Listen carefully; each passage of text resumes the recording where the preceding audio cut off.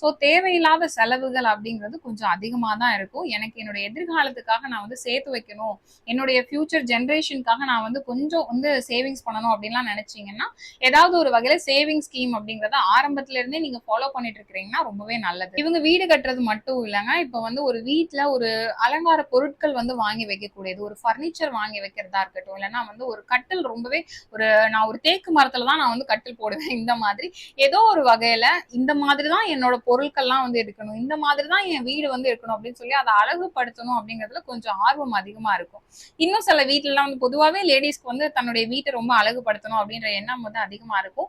இந்த எண்கள்ல பிறந்த பெண்களா இருக்கிறாங்க அப்படின்னா இன்னுமே கொஞ்சம் இது வந்து கம்மி பட்ஜெட்ல தான் இந்த சைட்ல வந்து இந்த பொருள் எல்லாம் போட்டிருக்காங்க, அதை வாங்கி என்னோட வீட்டை வந்து நான் வந்து ரொம்பவே அழகுபடுத்த போறேன், இந்த சின்ன சின்ன பொருட்கள் வைக்கிறதுனால உங்களுக்கு ஒன்றும் ஒரு பெரிய லாஸ் ஆக போறது, ஆனா பார்க்க எவ்வளவு நீட்டா இருக்கு, எவ்வளவு அழகா இருக்கு அப்படின்ற மாதிரி தான் இருக்கக்கூடிய இடத்த வந்து ரொம்பவே அழகுபடுத்தி அதை வந்து ரசிக்கக்கூடிய ஒரு தன்மை அப்படிங்கறது இவங்க கிட்ட இருக்கும். அதனால உங்க மனைவி இந்த எண்ணில் வந்து பிறந்திருக்காங்க அப்படின்னா அவங்க வந்து அவங்களாம் அந்த செலவு பண்ணணும் அப்படின்னு சொல்லி நினைச்சு பண்ணல, அவங்க ஜாதகம் அப்படி அப்படின்றத நினைச்சுக்கிட்டு நீங்க அவங்களுக்காக அவங்க ஆசைப்படக்கூடிய சின்ன சின்ன பொருட்களை வாங்கி கொடுத்தீங்க அப்படின்னா அதை நினைச்சு அவங்க வந்து ரொம்ப சந்தோஷப்படுவாங்க.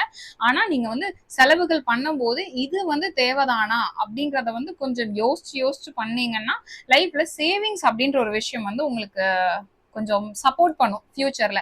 ஏன்னா இப்போ நம்ம வந்து ஒரு 1000 ரூபாய்க்கு வந்து ஒரு டெக்கரேட் ஐட்டமா வந்து வாங்கி வைக்கிறோம், மாசம் மாசம் அதை போடும்போது அது நீங்க ஒரு சேவிங் ஸ்கீம்ல போட்டு வச்சீங்கன்னா ஃபியூச்சர்ல கண்டிப்பா ஏதோ ஒரு வகையில அது வந்து உங்களுக்கு பயனுள்ளதா இருக்கும். அதனால ஒவ்வொரு செலவுகளையும் நீங்க செய்யும் போது இந்த செலவை இதுக்கு வந்து பண்ணணுமா, இந்த நேரத்துல நான் பண்ணணுமா அப்படிங்கறத எப்பவுமே யோசிச்சு நீங்க பண்ண ஆரம்பிச்சீங்க அப்படின்னா உங்க லைஃப்ல வந்து சேவிங்ஸ் அப்படின்ற ஒரு விஷயமும் இருக்கும். அண்ட் இன்னொரு பக்கம் நமக்கு வரக்கூடிய வருமானத்தை நம்ம சேவ் பண்றோம் அப்படிங்கறது ஒண்ணு.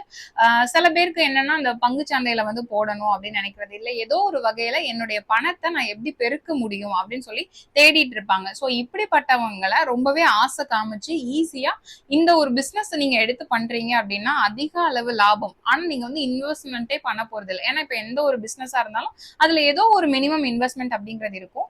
ஸோ நீங்க அது எதையுமே பண்ண வேண்டாம், ஜஸ்ட் நீங்க உங்களுடைய கான்டாக்ட்ஸ் இருந்ததுன்னா போதும், இதை வச்சு நீங்க மல்டிபிள் பண்ணலாம் இப்படின்ற மாதிரி ஆசை வார்த்தைகள்லாம் சொல்லி பணம் சார்ந்த விஷயத்துல வந்து நீங்க போய் லாக் ஆகுறதுக்கு சில பேர் வந்து உங்களை சூப்பரா வழி நடத்துவாங்க. அதுல இருந்து எப்பவுமே வந்து கொஞ்சம் தள்ளி இருந்தீங்க அப்படின்னா ரொம்பவே நல்லது.